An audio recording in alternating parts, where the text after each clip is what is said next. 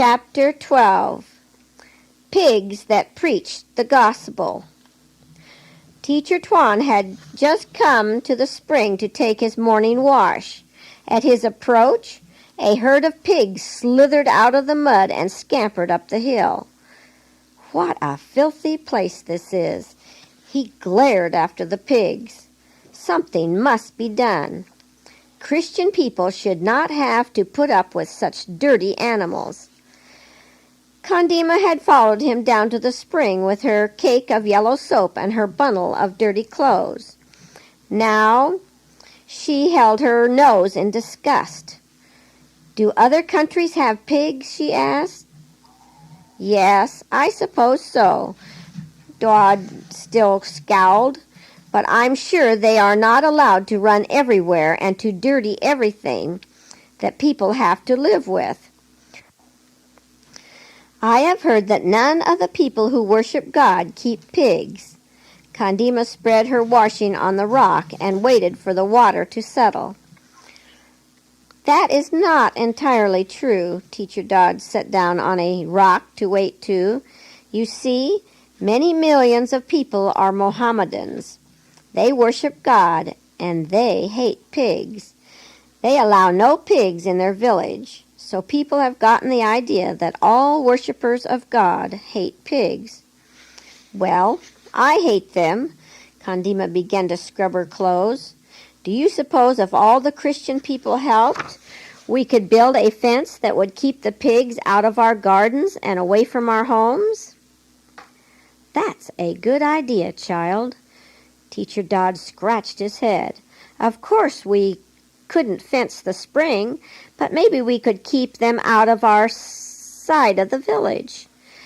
The good idea about the fence might have waited for a long time, but something happened on that very day that stirred the anger of the village people to fury. Gulan's house stood near the house of Condima's father. These two houses mark the rough boundary between the heathen side of the village and the part where the Christian families lived. Since Golan kept more pigs than anyone else, they always swarmed about the hut of Condima's father. "Take Banny down and let him play on the grass with his motor cars," Mother said to Chaya. "He makes so much noise the baby can't sleep." Chaya picked up her little brother and carried him to a small patch of grass under the durian tree. Just at that moment, Condima came down the ladder with a small bag of something in her hand. "What is it, Condima?" Chaya sprang up, and her brown eyes grew big with surprise as Condima untied a handkerchief and emptied out some brown seeds. "What are they?" Mukit came up to see. Elijah looked out the window of her hut, then came scurrying down the ladder. "These are apple seeds," she exclaimed to the children. Then she ran back into her house and brought out a book with a colored picture of a large, round, rosy red fruit. "I ate one of them every day in the hospital, and I saved every seed. I am going to plant them, and maybe they will have apples." Condima danced with excitement at the thought of eating apples from her own tree. "I will plant them when we can build a fence to keep the pigs away."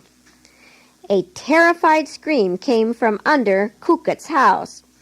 Then the children saw that while they had been admiring the apple seeds, Banny had crawled away from the patch of green grass where Chaya had left him. Now they could see him in the mud beneath Kukut's house, surrounded by a dozen little pigs. The old sow rushed upon him with an angry grunt, knocked him over on his back, and fastened her teeth in one of his little fat legs. For an instant the children could do nothing. Fear and surprise struck them dumb and helpless. Wild howls and pitiful screams brought Mother and all the rest of the village people. Chaya plunged in, fought off the sow with shrieks and blows, and rescued Banny. She brought him out, and Mother carried him to the spring where she washed his bitten leg and his dirty little body. Teacher Dodd came and put strong medicine on the wound and bandaged Banny's leg with a strip of white cloth. Condima, Mukit, and Elijah did not stop screaming. Some kind of terror laid hold on them. In all their lives they had never known a pig to bite anyone. To Condima, all the village pigs suddenly became frightful monsters who might devour all the people and take over the place. She had known that pigs smelled bad, rooted up the gardens, and fouled the springs. But that a pig should bite their own little Banny filled her with such horror that she could not control her howls, and neither could Mukit or Elijah. Teacher Dodd finally took them to the spring, where he dashed cold water all over them. Then he led them to his house, where he quieted them with a song. That evening, when Father came home from the rice field, Mother told him the whole story. He took Banny in his arms and looked at his hurt leg. Even the baby's foot looked red and swollen from the pig's bite. Father's eyes flashed as he put Banny back in Mother's arms. Condima could see him tremble and his hands clenched into hard fists. He went down the ladder and over to Teacher Dodd's house. Condima followed him, fairly bursting with rage herself. Is nothing to be done about these pigs? Father's eyes flashed, and he glared at the teacher. The time has come for all the Christian men in this village to make a protest to the government. Teacher Dodd looked angry too. And the time has come for us to work together and build a stout fence around our homes. In the excitement and anger caused by Banny's misfortune, several strong men offered all their time and strength to build fences. They drove strong stakes and pounded them deep into the ground. They wove tight lengths of rattan together between the stakes to make a tight fence. Teacher Dodd worked with them and encouraged them to keep at their hard labor. In a few days, they finished, and all the Christian families looked on the fence with pride, but none more than Condima. Teacher Dodd told them that he would carry their protest to the government office in the city by the sea himself. Weeks went by. Condima had been home in her village almost 5 months. The pig-tight fence had worked well. The pigs found a few weak places in it, but strong hands always laid hold and built a stronger barrier than before. The two parts of the village began to look quite different. All the Christian people had planted gardens around their houses. Thorn had sent them flower seeds and gotten a lot of vegetable seeds from the Chinese gardeners down in the valley by the ocean. Condima planted some of her apple seeds, and they had grown a few beautiful pale green leaves. The apple trees were the favorite plants for all the small folks. Condima and Chaya watched over them constantly. Green grass sprang up around the Christian people's huts, but the pig-infested part of the village looked more disgusting than ever because more pigs had to amuse themselves with less ground.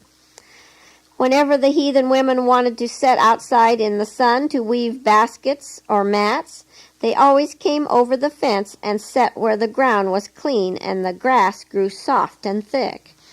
The men had built a stile where people could come over the fence between Kokit's house and the house of Condima's father. These two houses stood near the center of the village. One evening, Condima saw Mukit running down the hill and heard him shout, "The Thorn is coming! The Thorn is coming!" She could see through the falling dusk a group of travelers coming out of the jungle trail at the top of the hill. At first, she could not make out who they were. Then, as they came closer, she shouted, "It is not our Thorn. We never saw that Thorn before." Teacher Dodd went out to welcome the strangers and invited them to his house. They dropped their bohongans and entered with words of grateful thanks to the teacher. "It is a government Thorn," Father explained to his family a few minutes later. "He has come to answer our complaint about the pigs." Father put on his best shirt and went over to the teacher's house, where all the Christian men had begun to gather. "Come, Chaya, let us hide in Teacher Dodd's house. Then we can see and hear everything they say and do." Kandima drew her sister with her, and the two girls squatted in the darkness just inside Teacher Dodd's kitchen door. They could hear well, but no one could see them. The new Tuan spoke. "Of course you know that our government permits all the village people to keep whatever animals they require for their own use." Kandima peeked around the door as far as she dared. She could see the government Tuan, a kind-looking young man with yellow hair and blue eyes. "We can't forbid anyone to keep pigs." The Tuan shifted his legs a little. Kandima knew how tired his legs must feel.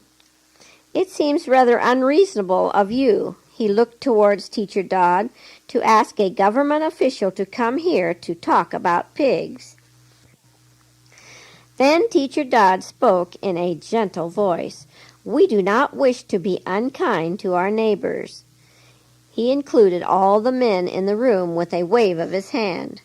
"We wish only to live in peace and to keep our gardens and our houses clean. We want proper places for our children to play where pigs do not hurt them." Then Father spoke up and told how the old sow had bitten Banny. Mother brought the little fellow. The wound had healed, but an ugly red scar still flamed on his chubby little leg. Now the heathen men began to crowd in, and they argued for the pigs. At last, when their voices grew louder and louder, the government Tuan stood up. "I am so tired," he said. "Come back in the morning, and we will settle the matter." At sunrise, Kandima went to the spring. So did Teacher Dodd and his visitor, the government Tuan.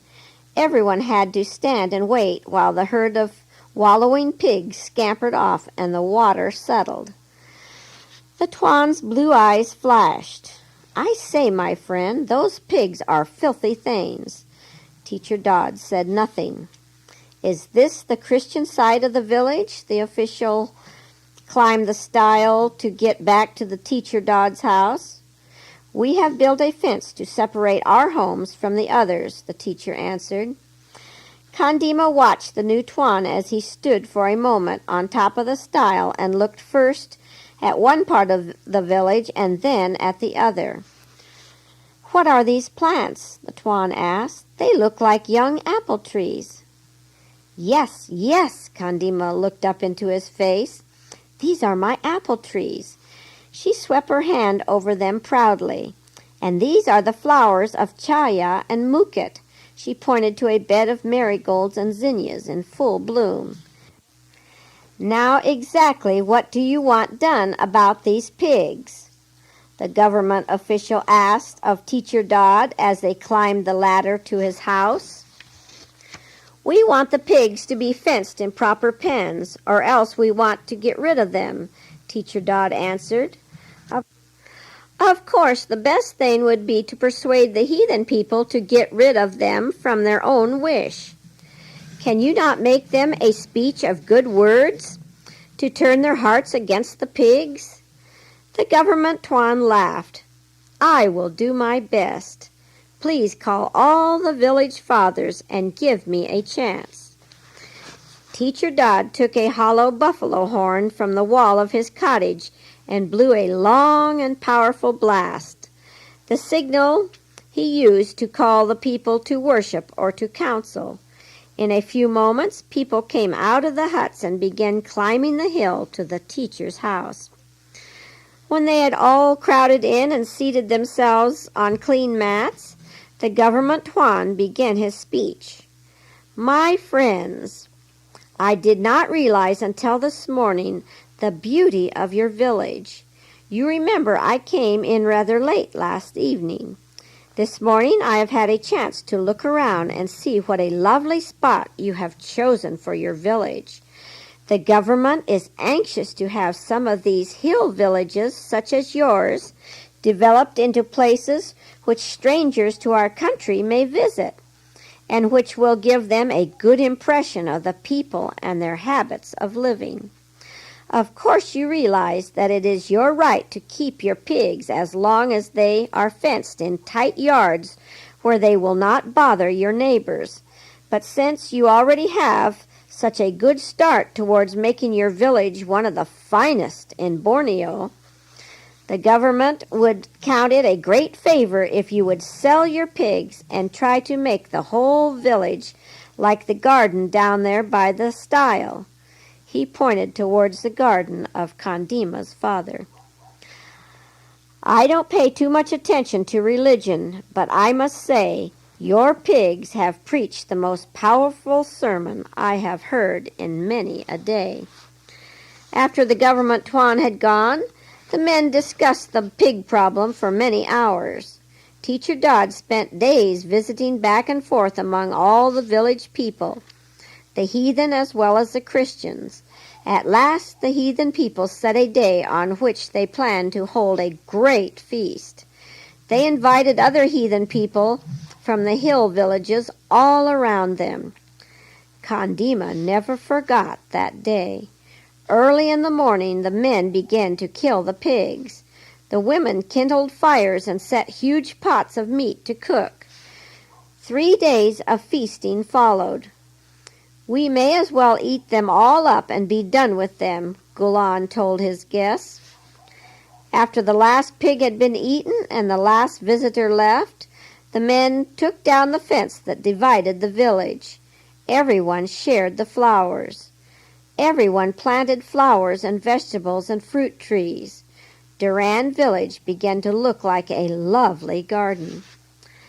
Now nothing stood between Gulan and the Jesus teaching. He and his wife came every day to Teacher Dodd's house to hear the good stories. One early morning, Kandima saw Gulan hurrying to the teacher's cottage. "Come to my house," he shouted in a joyful voice from the foot of the ladder. "I want you to pray to the God of heaven and ask his blessing on my family. My wife gave birth to a son last night."